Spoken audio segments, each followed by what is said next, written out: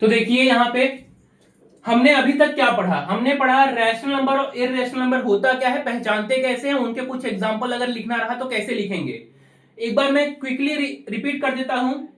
Terminating और non terminating rational number के दो पार्ट कर देते हैं, एक होता है टर्मिनेटिंग, एक होता है नॉन टर्मिनेटिंग और रिकरिंग। मैंने आपको एक्सप्लेन किया था टर्मिनेटिंग मतलब पॉइंट के बाद जो है खत्म हो जाता है, जैसे 0.5, 0.25 है ना, 1/4 अगर हमने लिखा तो 0.25 होगा, 1/2 लिखा तो 0.5 होगा, मतलब पॉइंट के बाद क्या हो जा रहा है, खत्म हो जा रहा है। कुछ ऐसे मैं आपको उसका ट्रिक बताऊंगा एक और भी, वो अभी साइड में रखिए।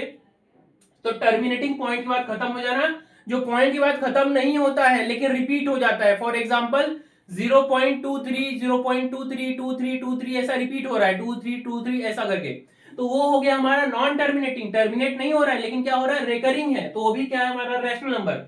जो पॉइंट के बाद खत्म भी ना हो और रिपीट भी ना हो उसको हम लोग कहते हैं इररेशनल नंबर। तो यहां तक आपको समझा होगा। अब हम लोग क्या करेंगे, एक नंबर लाइन बनाते हैं, इस तरह से नंबर लाइन बनाया हमने, और यहाँ पे बीच में क्या है, जीरो है, बीच में क्या है, जीरो है। अभी देखिए इस तरफ अगर हमको कोई बोले नंबर 1 2 3 -1 -2 -3 को डिनोट करिए, तो बहुत ही इजी है। एक बच्चा जो कि 1 साल का है वो भी आएगा, बोलेगा ठीक है यहाँ पे 1 है, यहाँ पे 2 है, यहाँ पे 3 है, यहाँ पे -1 -2 -3 इस तरह से हो गया। लेकिन अगर मैं कह दूं आपको कि 1/2 डिनोट करोगे, तो जो बच्चे 5-6 साल के हैं वो कहेंगे अच्छा यहाँ पे आ जाएगा 1/2, मतलब 0.5, मतलब यहाँ पे 1/2 आ जाएगा। लेकिन अगर मैं कह दूं 1/3 कहां पे है, 4/3 कहां पे है, 7/3 कहां पे है, -8/3 कहां पे है, तो थोड़ा सोचना पड़ेगा।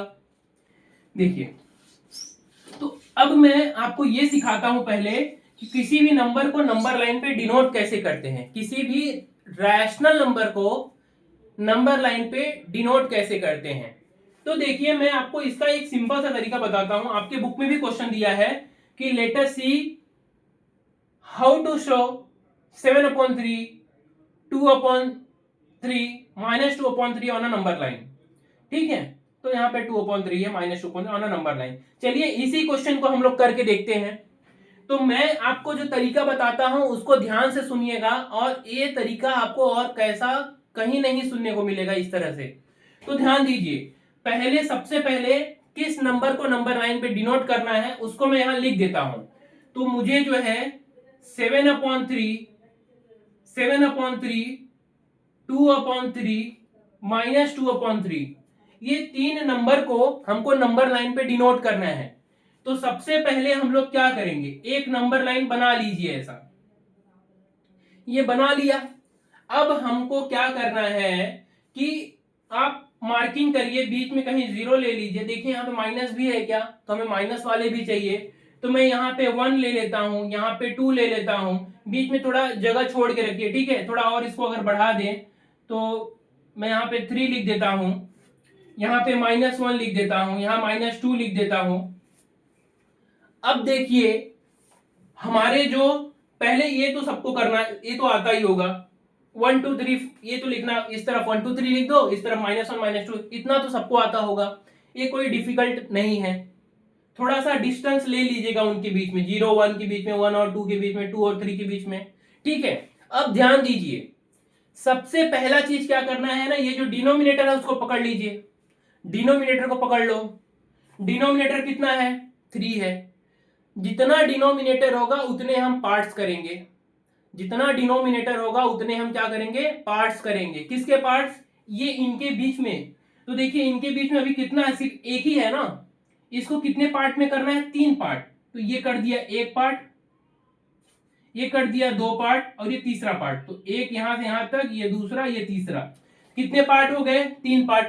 ऐसे ही सभी के 3-3 पार्ट कर दीजिए। इसके बीच में भी 1 पार्ट, ये 2 पार्ट, और ये तीसरा, मतलब 2 डॉट बनाएंगे तो 3 पार्ट हो जाएंगे।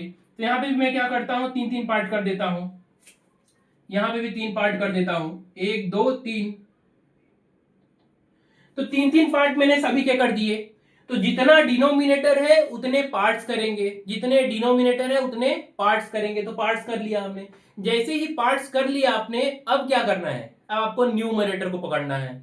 न्यूमरेटर कितना है पहले का, 7, 0 से 7 काउंट करिए, इनको इंक्लूड करना है, छोटे छोटे जो पॉइंट्स हमने बनाए हैं ना उनको भी काउंट करना है। काउंट करिए 1 2 3 4 5 6 7, तो यहां पे 7 आया। ऑलरेडी हमने पार्ट्स कर दिया, तो ये हो गया हमारा 7/3। समझा? पहले पार्ट्स करना है फिर जीरो से काउंट करना है, पहले पार्ट्स करना है फिर जीरो से काउंट करना है, तो ये हो गया 7/3। अब 2/3 पॉजिटिव है तो 1 2, ये हो गया हमारा 2/3। -2/3 लेफ्ट साइड में आइए 1 2, ये हो गया हमारा कितना -2/3।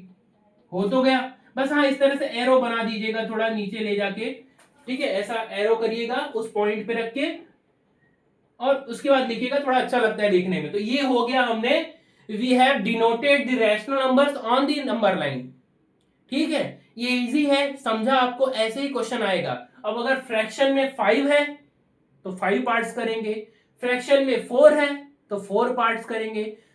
अब बच्चों को कंफ्यूज करने के लिए पेपर में क्वेश्चन कैसा आता है, उनको कंफ्यूज करने के लिए क्वेश्चन किस तरह से देंगे, इस तरह से 1/2 दे देंगे और इधर 3/4 7/4 दे देंगे। अब बताइए यहां पे तो 2 है लेकिन यहां पे 4 है, तो सिंपल सी बात है ना, आप क्या करिए इसको 2 से मल्टीप्लाई कर दीजिए।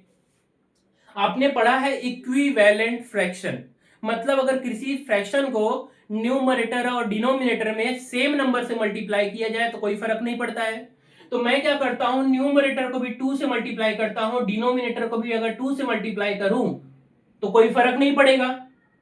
तो 2 1 जा 2, 2 2 जा 4, तो 1/2 दिखाने का ही मतलब है 2/4। रिड्यूस करेंगे तो फिर से 1/2 आएगा, क्योंकि हमको फ्रैक्शन का जो ये डिनोमिनेटर है उसको सेम करना था ताकि हमारा ये इजी हो हमारे लिए, इसलिए हमने क्या किया, इसको समझने के लिए बना दिया ऐसा 2/4।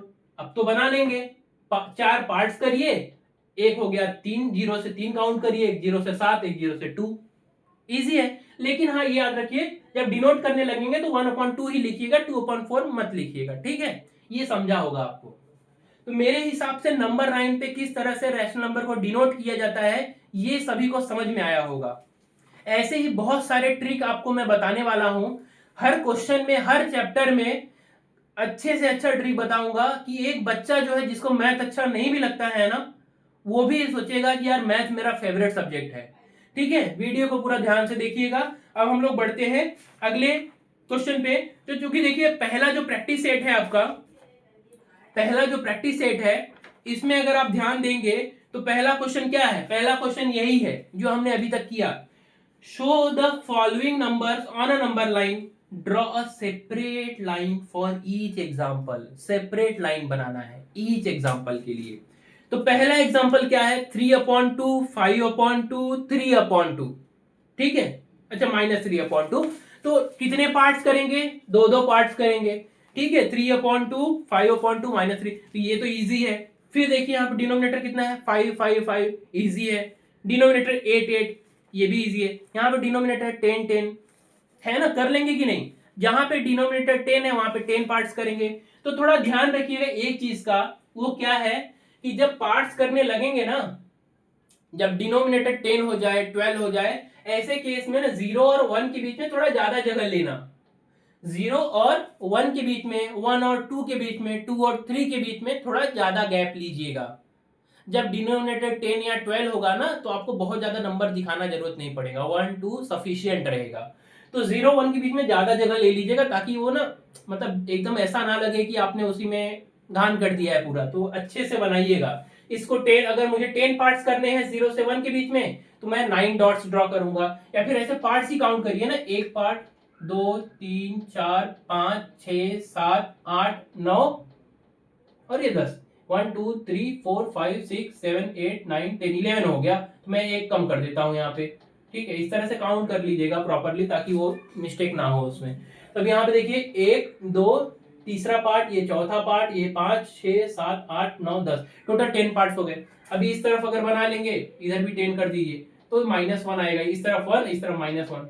अब इसके अंदर दिखा दीजिए जो भी है काउंट करके। तो बहुत ही ईजी है, टफ नहीं है कुछ भी। तो पहला प्रैक्टिस सेट तो मुझे लगता है मैंने पूरा एक्सप्लेन ही कर दिया। प्रैक्टिस सेट में पहला प्रैक्टिस सेट में जो क्वेश्चन नंबर 2 है उसको देखिए थोड़ा सा। क्या है क्वेश्चन? क्वेश्चन है observe the number line and answer the question. बोला है observe the number line and answer the question. देखिए यहां पे आपको ए बी सी डी कुछ दिया हुआ है और साथ में आपको यहाँ पे कुछ पॉइंट दिए हैं। जैसे आप देखिए 0 है, यहाँ पे 1 है, यहाँ पे 2 है, यहाँ पे 3 है, माइनस है, -2 है, -3 है। ठीक है, मैंने क्या बताया था, हम लोग नंबर लाइन को बनाते समय क्या करते थे बताइए? पार्ट्स करते थे ना। तो पहले आप काउंट कर लीजिए 0 और 1 के बीच में कितने पार्ट्स हुए हैं। ठीक है, कितने पार्ट्स हुए हैं तो काउंट करते हैं हम लोग। 1 2 3 4। कितने पार्ट्स हुए हैं? 4 पार्ट्स हुए हैं। कितने पार्ट्स हुए हैं? 4। मतलब डिनोमिनेटर तो 4 है, ये तो हमें समझ में आ गया। अब न्यूमरेटर क्या होगा वो डिपेंड करता है क्वेश्चन क्या पूछा है हमसे। तो देखिए क्वेश्चन क्या है, which number is indicated by point B. Point B जो है वो कौन सा नंबर इंडिकेट करता है? तो 0 से काउंट करिए, ये डॉट्स को काउंट करते चलिए। पहला डॉट मतलब 1 2 3 4 5 6 7 8 9 10। तो कितना हो गया? 10। लेफ्ट साइड है -10, -10 अपॉन डिनोमिनेटर क्या था? 4। तो बी का जो वैल्यू आ गया हमारा कितना आ गया? -10 अपॉन 4। लेकिन इसको आप रिड्यूस कर सकते हैं, -10 अपॉन 4 का रिड्यूस करेंगे तो 2 से डिवाइड करिए। 2 5 10, 2 2 4, तो आ गया -5 अपॉन 2। मतलब -5 अपॉन 2 जो है वो कौन सा पॉइंट डिनोट करता है? बी डिनोट करता है। ठीक है, -5 अपॉन 2 ये कौन डिनोट करता है? बी डिनोट करता है। उसके बाद क्या पूछा है? Which point indicate the number 1 and 3/4। अब देखिए ये मिक्स फ्रैक्शन दे दिया है आपको, तो इसमें डरने की कोई बात नहीं है। मिक्स फ्रैक्शन 1 3/4 दो तरीका है। एक तो ये जो 1 है ना, इसका मतलब ये होता है कि 1 पूरा का पूरा 1 है, मतलब 1 तक आपको क्या करना है ना, जैसे ये आप समझिए 1 तक आपको काउंट ही नहीं करना है। उसके बाद क्या है? 3 है ना, तो फिर 1 से 3 काउंट करिए, 1 2 3 ऐसा। ये तरीका, या फिर अगर जिनको लगे कि नहीं हमको नॉर्मल सिंपल तरीके से करना है, वो क्या करिए, 4 1 जा 4 और 3 7 और डिनोमिनेटर 4। ये तो आपको पता ही है, बचपन में पढ़ा है आपने। तो 7/4। अब आ गया ना हमारे जैसा फ्रैक्शन ये 7/4। तो काउंट करिए 7 कहां पे है? 7 कहां पे है? 1 2 3 4 5 6 7। तो जो पॉइंट सी है वो डिनोट करता है 1 एंड 3/4। 1 एंड 3/4 ये कौन डिनोट कर रहा है? Point C. इसका आंसर क्या लिखेंगे? Point C indicates the number 1 and 3/4। समझा क्या? State whether the point D denote the number 5/2 is true और फॉल्स। बोला है कि बताओ पॉइंट जो डी है वो 5/2 डिनोट करता है क्या? ट्रू है या फॉल्स? तो काउंट करके देखते हैं हम लोग, काउंट करके देखते हैं। तो देखिए यहां पे 1 2 3 4 5 6 7 8 9 10। तो पॉइंट डी पे क्या क्या आ रहा है हमारा? 10 आ रहा है। मतलब 10 अपॉन फ्रैक्शन तो फिक्स है ना, 4 है, 2 से रिड्यूस करोगे तो 5/2। और इसने पूछा क्या है यहाँ पे? 5/2 ही पूछा था डी के लिए, मतलब ये तो ट्रू हो गया। मतलब T3 का जो है हमारा थर्ड जो स्टेटमेंट है ये तो ट्रू है। तो हमारा ये प्रैक्टिस सेट तो कितने इजीली खत्म हो गया बताइए। तो कुछ है नहीं है चैप्टर में। ऐसे ही अगला जो प्रैक्टिस सेट है उसका मैं ऐसा बेहतरीन ट्रिक बताऊंगा ना कि वो तो बहुत ही इजी क्वेश्चन दिए हैं आपके प्रैक्टिस सेट 1.2 में। या फिर अगला जो प्रैक्टिस सेट है इसमें जो डेसिमल नहीं करना है वो तो और भी इजी है। लेकिन इसके मैं ऐसे ट्रिक दे दूंगा ना, आपको कोई ज्यादा टेंशन लेना ही नहीं पड़ेगा। तो ये समझा पहला प्रैक्टिस सेट। अगला जो प्रैक्टिस सेट होगा उसमें हम लोग देखेंगे comparing the following number. Compare करना फ्रैक्शन को, कौन बड़ा है कौन छोटा है ये बताना। ठीक है।